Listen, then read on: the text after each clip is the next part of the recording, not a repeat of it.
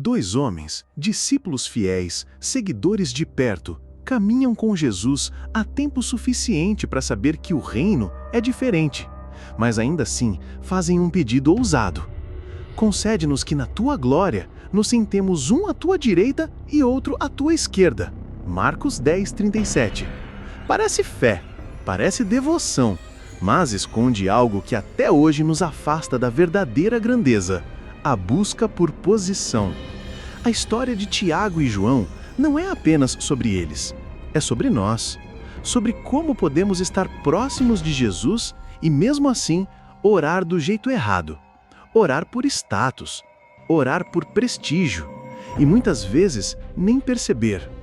Mas o mais impressionante dessa história bíblica não é o pedido, é a resposta de Jesus.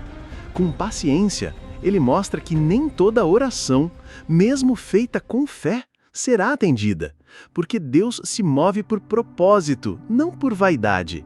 E é exatamente nesse confronto amoroso que aprendemos o que é orar com maturidade. Se você quer entender o que essa passagem tem a ver com a sua vida e por que tantos personagens bíblicos cresceram justamente quando aceitaram ser pequenos, se inscreva agora no canal e ative as notificações, porque hoje o céu pode te ensinar a orar, não para ser grande, mas para ser de Deus. Naquele momento do Evangelho de Marcos, capítulo 10, dois discípulos, Tiago e João, se aproximam de Jesus com um pedido ousado. Queriam assentos de destaque na glória. O contexto histórico era tenso. O povo judeu esperava um Messias político, que restaurasse o trono de Israel com poder e autoridade. Os discípulos ainda viam Jesus como alguém que traria essa vitória visível. Eles estavam próximos dele, mas ainda não compreendiam completamente o tipo de reino que ele veio estabelecer. Eles pediram com fé, sim, mas uma fé ainda imatura, carregada de expectativas humanas. É aí que muita gente se engana, pensar que só porque a oração vem do fundo do coração, ela precisa ser atendida. A Bíblia nos mostra que nem toda oração sincera é respondida como queremos. Até os grandes personagens bíblicos ouviram não de Deus. Às vezes, oramos com intensidade, mas não com discernimento, e Deus, em sua sabedoria, nos protege daquilo que ainda não vemos. A fé é essencial, mas ela não obriga Deus a seguir nossos planos. Fé não é moeda de troca, é confiança num plano maior. A oração não deve ser apenas um pedido, mas um diálogo que revela nossas intenções e molda nosso coração. Nem todo não é rejeição, muitas vezes é proteção. A vontade de Deus é boa, perfeita e agradável, ainda que a gente não a entenda de imediato. Imagine um pai ouvindo o filho pedindo para dirigir um carro aos 10 anos. O pai ama, ouve, mas diz não. Não porque não ama, mas porque ama demais para permitir algo fora do tempo. Com Deus acontece o mesmo. A fé verdadeira se revela quando, mesmo sem ver o que pedimos acontecer, seguimos confiando. Isso nos ensina a crescer espiritualmente e a perceber o reino sobre outra perspectiva, a de Jesus. Os discípulos queriam glória e pediram por ela com ousadia, mas ainda não tinham entendido que o trono de Jesus não era de ouro, e sim de cruz. A história bíblica é clara. Os caminhos de Deus não são como os nossos. Aquilo que parecia uma derrota, a crucificação, era, na verdade, o maior ato de vitória. E esse tipo de glória só se alcança com entrega, não com ambição. Não é questão de esforço, é questão de propósito. É fácil orar pedindo aquilo que desejamos. Difícil é dizer, como Jesus no Getsêmani: se possível, afasta de mim este cálice, mas que seja feita a tua vontade. Ali está a chave. A oração que move o coração de Deus é aquela que se rende ao plano divino, mesmo que esse plano nos pareça duro. É na obediência, não na insistência, que a nossa fé se fortalece. A fé que agrada a Deus não é aquela que tenta convencer o céu a fazer nossa vontade, mas aquela que nos transforma para viver a vontade de Deus. A oração, quando feita com entendimento, alinha o nosso coração ao coração do Pai. E se ele disse não, é porque há um sim escondido no tempo certo. Às vezes, esse tempo demora, mas a resposta certa vinda do alto vem com paz. Mas, e esse pedido aparentemente sincero revela algo mais profundo, como um desejo por destaque, reconhecimento ou prestígio. E se por trás da oração existir uma sede de posição e poder, é aí que entramos em um ponto que Jesus expôs com firmeza. Vocês não sabem o que estão pedindo. Quando Tiago e João pediram para se sentar ao lado de Jesus em sua glória, a resposta foi direta. Vocês não sabem o que estão pedindo. Eles estavam próximos de Jesus, mas ainda distantes do coração do reino. É como alguém que está dentro da igreja há anos, mas continua buscando reconhecimento, mais do que transformação. A fé madura sabe que o reino de Deus não gira em torno de posições, mas de propósito. Pedir por posição, no fundo, revela uma visão distorcida do que é servir a Deus. Quantas vezes, mesmo sem perceber, a gente busca aplausos em vez de obediência? Queremos que os outros nos vejam, nos elogiem, nos validem. Mas na Bíblia, os verdadeiros heróis da história bíblica muitas vezes agiram no anonimato. José no cárcere, Moisés no deserto, Davi escondido nas cavernas. Todos passaram por lugares ocultos antes de viverem a promessa. Jesus não condenou os discípulos por pedirem, ele os coligiu com amor, mas deixou claro que havia algo errado na motivação. Isso ensina que orar não é só abrir a boca, é também sondar o coração. Quantas orações nascem da comparação? Se ele tem, por que eu não? Ou eu mereço mais? Esse tipo de oração pode até ser bem intencionada, mas não está alinhada com o espírito. Imaturidade espiritual é achar que Deus precisa nos dar visibilidade para que sejamos relevantes. Mas o reino opera em outra lógica. Deus não promove quem grita mais alto, mas quem serve mais fundo. A grandeza, segundo Jesus, não está no palco, mas nos bastidores. Se buscamos posição mais do que presença, precisamos rever nossas prioridades. É comum confundir honra com vaidade. Ser honrado por Deus é consequência, não meta. Quando alguém deseja posição para se sentir superior, esquece que até Jesus se humilhou. Ele, que é o Filho de Deus, lavou os pés dos discípulos. Isso diz muito. E se o próprio Jesus escolheu o caminho da humildade, por que ainda insistimos em querer aplausos? Essa busca por destaque também revela um coração ansioso. Um coração que ainda não aprendeu a descansar na soberania de Deus. Queremos tudo agora, rápido, visível. Mas o processo de Deus envolve espera, quebrantamento e renúncia. Antes de subir ao trono, Davi teve que cuidar de ovelhas. E foi lá, no campo, longe dos holofotes, que Deus o preparou.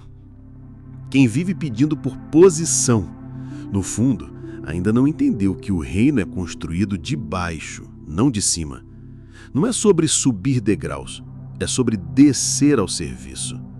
A verdadeira fé não busca status, busca propósito. E quando o coração está no lugar certo, Deus se encarrega do resto. Ele sabe exatamente quando e como exaltar alguém. Mas será que estamos prontos para esse caminho? Porque se a glória passa por um processo, será que estamos dispostos a atravessar esse processo? Porque a próxima pergunta de Jesus foi tão impactante quanto reveladora. Podem vocês beber o cálice que eu estou bebendo?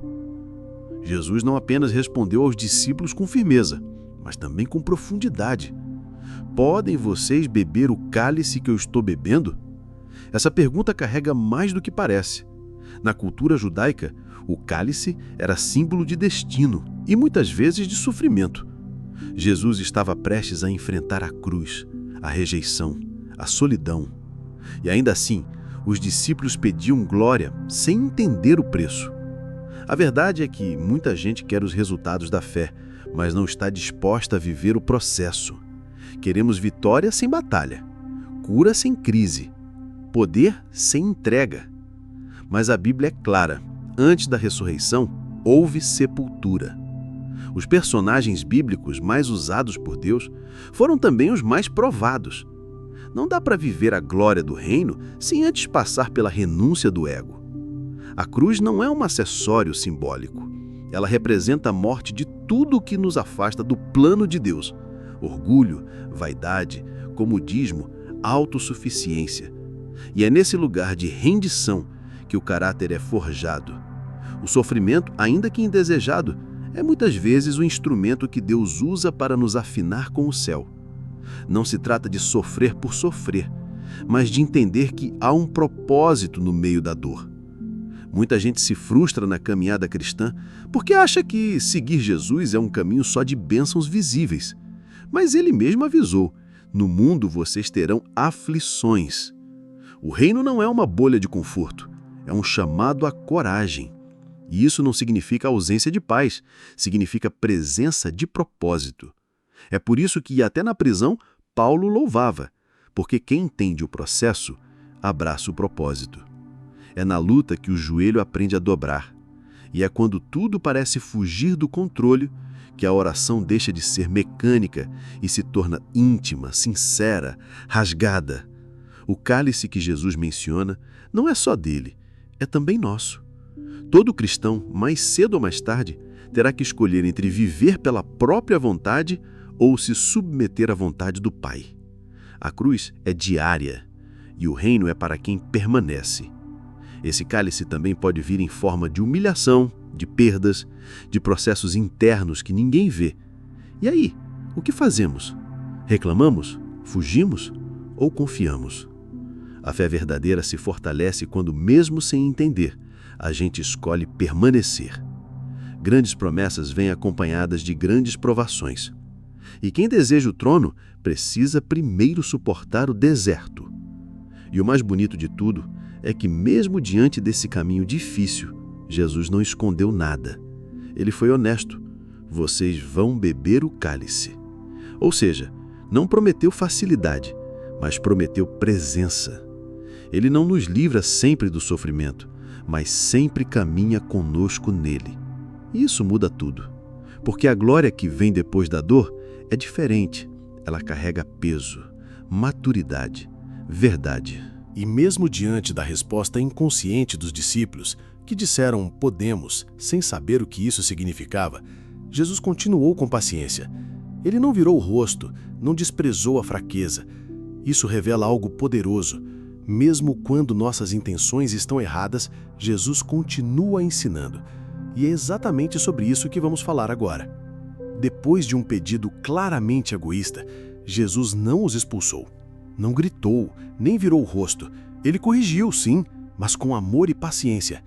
Essa postura revela o coração do Mestre. Mesmo quando erramos na intenção, ele continua nos formando. E isso muda tudo, porque a oração nem sempre precisa ser perfeita, mas precisa vir de um coração disposto a ser moldado. Quantas vezes pedimos coisas a Deus com motivações que só depois entendemos serem egoístas? Queremos, insistimos, oramos, até jejuamos, mas lá no fundo, o que estamos buscando? Muitas vezes é a aprovação, controle ou até status espiritual. Mas Jesus, com a sua sabedoria e ternura, nos confronta com a verdade, não para nos envergonhar, mas para nos curar. A resposta de Jesus aos discípulos foi firme, mas cheia de graça. Ele não ignorou o erro, mas também não anulou o valor deles. Isso ensina que Deus corrige quem ama. Quando Ele nos mostra que estamos pedindo mal, não é rejeição, é lapidação. Ele quer que a nossa fé amadureça, que a gente pare de orar apenas por benefício próprio e passe a orar com alinhamento ao reino. É fácil se decepcionar quando a resposta de Deus é uma correção. Mas ali, no confronto, está uma das maiores expressões do amor de Deus. Ele não quer apenas atender pedidos, ele quer formar caráter. Um coração que aceita a correção se torna fértil para receber direção. E aos poucos nossas orações deixam de ser sobre o que eu quero e passam a ser sobre o que o Senhor quer. Essa mudança interna transforma tudo. O que antes era ambição vira serviço. O que antes era vaidade vira devoção. Foi assim com Pedro, com Paulo, com tantos personagens bíblicos que começaram sua jornada com intenções falhas, mas foram moldados pela voz de Deus. A Bíblia está cheia de histórias de transformação, não de pessoas perfeitas, mas de corações disponíveis. E se Deus nos corrigisse hoje? Se Ele dissesse, você está orando com um foco errado? Como reagiríamos? A maturidade espiritual não está em orar bonito, mas em orar com entrega. E isso só acontece quando nos dispomos a ouvir a voz de Deus com humildade. Porque quem ouve cresce, e quem cresce serve. E aí começa uma nova forma de enxergar o reino. O amor de Jesus não nos deixa confortáveis no erro. Ele nos sacode, nos desperta, nos puxa para mais perto, mesmo quando a verdade dói. Porque Ele sabe o que há no fim do processo. O que Ele quer de nós não é performance, é profundidade. Ele vê além das palavras da oração, Ele vê o coração. E quando esse coração se abre, Ele começa a revelar um novo caminho. E foi nesse tom de amor firme e sabedoria eterna que Jesus disse: o lugar de honra não me compete concedê-lo. Em outras palavras, Ele nos lembra que nem tudo está em nossas mãos. E isso nos leva ao próximo ponto, um ensinamento poderoso sobre nossa obsessão por controle e status. Jesus foi direto. O assentar-se à minha direita ou à minha esquerda não me compete concedê-lo. Essa frase desmonta qualquer pretensão de controle que ainda tentamos manter sobre a vida espiritual. No reino de Deus, lugar de destaque não se conquista, se recebe. Não é sobre merecimento humano, é sobre a soberania divina. E isso mexe com nossa lógica natural, onde esforço gera posição. Enquanto o mundo ensina que a grandeza é resultado de performance, a Bíblia revela que no reino a posição é determinada por propósito. Não adianta orar pedindo palco se Deus te chamou para o bastidor. Não adianta querer ser Davi se tua missão é ser o que segurava a harpa no palácio. A honra no céu não é medida por visibilidade, mas por fidelidade. Deus vê o que ninguém vê. Essa verdade liberta. Liberta da comparação, da ansiedade, da autopromoção. Quando se entende que é Deus quem define o lugar de cada um, o coração descansa. Não é preciso disputar, correr, manipular. O que é nosso em Deus já está separado, no tempo certo. O foco então muda. Em vez de lutar por posição, lutamos para permanecer fiéis. A fé começa a se manifestar em perseverança. O problema é que a vaidade é sutil. Às vezes, a gente disfarça o desejo de aparecer com o discurso de chamado, mas Deus conhece o coração por trás do discurso. Ele não se impressiona com cargos, microfones, visualizações ou curtidas. O que move o céu é um coração quebrantado. Foi assim com tantos personagens bíblicos que ninguém esperava, mas Deus escolheu. Davi estava no campo, esquecidinho, quando o profeta chegou. José estava preso, calado, longe dos olhos humanos. Esther era apenas mais uma entre as moças do palácio. Nenhum deles escolheu o lugar de honra. Foi Deus quem os colocou lá. E quando é Deus quem exalta, ninguém consegue derrubar. Esse tipo de promoção carrega o selo do céu. Propósito, não vaidade. Quem vive tentando se posicionar no reino corre o risco de ser rejeitado pela própria ansiedade. A oração mais sábia que podemos fazer é: Senhor, me ajuda a estar no lugar certo, com o coração certo, no tempo certo. Isso exige renúncia, humildade e espera. 3 ingredientes que a maioria tenta evitar, mas que formam os verdadeiros grandes diante de Deus. E se o nosso lugar for um que ninguém aplaude? E se a missão for servir sem reconhecimento? Ainda assim vale a pena, porque o que fazemos para Deus nunca é pequeno. A história bíblica mostra que os maiores no reino são muitas vezes os menores aos olhos humanos. E Jesus não mediu sucesso como o mundo mede. Ele mediu por entrega. Aliás, foi o próprio Jesus quem ensinou que o verdadeiro grande no reino é aquele que serve. E é exatamente sobre isso que ele começa a explicar logo em seguida. Jesus virou todas as ideias de grandeza de cabeça para baixo. Enquanto o mundo dizia, quem manda é maior, ele dizia, quem serve é o maior. Simples, direto e profundamente revolucionário. Ele, que tinha todo o poder, lavou os pés dos discípulos. E não foi por estilo, foi por essência. A verdadeira liderança no reino de Deus nasce no chão, não no trono. O ensino de Jesus em Marcos 10 é como um espelho para a nossa geração. Vivemos num tempo em que todo mundo quer destaque, visibilidade, relevância. Mas no reino de Deus, o maior não é o que tem mais seguidores, e sim o que carrega mais toalhas. Toalhas para lavar pés, cuidar, abraçar e sustentar. A Bíblia nos ensina que servir é amar com ação, não só com discurso. Servir é sair de si para enxergar o outro. É colocar o bem do próximo acima do próprio conforto. É o que Jesus fez com cada pessoa que encontrou. O cego, o leproso, a mulher samaritana. Ele nunca passou por alguém com pressa demais para não parar. Ele via, ouvia, tocava. E ele nos chama a fazer o mesmo. A fé que não se manifesta em serviço é só teoria. O mais incrível, servir também nos cura. Quando paramos de pensar só em nós, algo dentro se alinha. A ansiedade diminui, o orgulho quebra, a alma respira. E não precisa ser algo grandioso. Às vezes é visitar um idoso esquecido, ajudar alguém no mercado, ouvir com atenção. São pequenos atos que no céu têm valor eterno. O que fazemos por amor nunca é desperdiçado. Personagens bíblicos como Ruth, Barnabé e Abigail foram grandes servidores, e seus nomes ficaram registrados na eternidade não por seus títulos, mas por sua entrega. E Jesus, nosso maior exemplo, veio para servir e não para ser servido.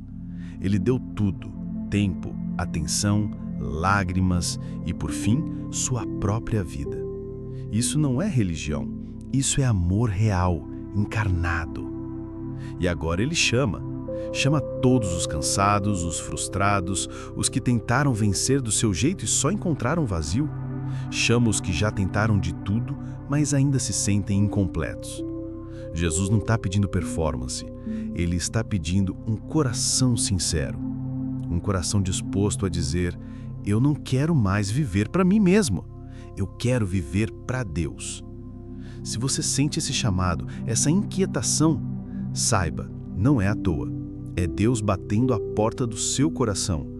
E talvez hoje seja o seu momento de voltar. Voltar para casa. Voltar para a presença. Voltar para o propósito. Não importa o que você fez ou deixou de fazer. A graça te alcança onde você está. Basta dar um passo de fé com um coração sincero. Diga com suas próprias palavras: Jesus, eu te aceito. Me ajuda a viver não mais para mim, mas para ti. A oração mais transformadora começa com rendição. E quando nos rendemos, ele começa uma obra que só ele pode terminar. Porque o reino não é sobre ser servido, é sobre ser transformado. E sobre isso, ainda tem muito mais para aprender. E agora me diz, você vai continuar orando para conquistar posição ou para ser transformado? Vai buscar reconhecimento humano ou um coração alinhado com o céu? Talvez hoje Deus esteja te chamando para algo mais profundo. Algo que não se mede com status, mas com entrega. Algo que não se conquista com força, mas se recebe pela fé, pela decisão de se render. Se em algum momento desse conteúdo você sentiu Deus te tocando, não ignore. É Ele te chamando de volta, te convidando a viver não mais por você, mas por Ele. E se esse é o seu desejo, diga com sinceridade: Jesus, eu te entrego minha vida. Me ensina a servir, a amar, a viver no teu propósito. A oração mais transformadora começa com rendição. E quando nos rendemos, Ele começa uma obra que só Ele pode terminar. Porque o reino não é sobre ser servido, é sobre ser transformado.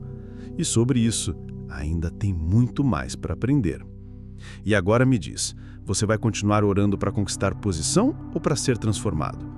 Vai buscar reconhecimento humano ou um coração alinhado com o céu? Talvez hoje Deus esteja te chamando para algo mais profundo. Algo que não se mede com status, mas com entrega. Algo que não se conquista com força, mas se recebe pela fé, pela decisão de se render. Se em algum momento desse conteúdo você sentiu Deus te tocando, não ignore. É Ele te chamando de volta, te convidando a viver não mais por você, mas por Ele. E se esse é o seu desejo, diga com sinceridade: Jesus, eu te entrego minha vida. Me ensina a servir, a amar, a viver, no teu propósito. A oração mais transformadora começa com rendição. E quando nos rendemos, Ele começa uma obra que só Ele pode terminar. Porque o reino não é sobre ser servido, é sobre ser transformado. E sobre isso, ainda tem muito mais para aprender. E agora me diz, você vai continuar orando para conquistar posição ou para ser transformado? Vai buscar reconhecimento humano ou um coração alinhado com o céu? Talvez hoje Deus esteja te chamando para algo mais profundo. Algo que não se mede com status, mas com entrega.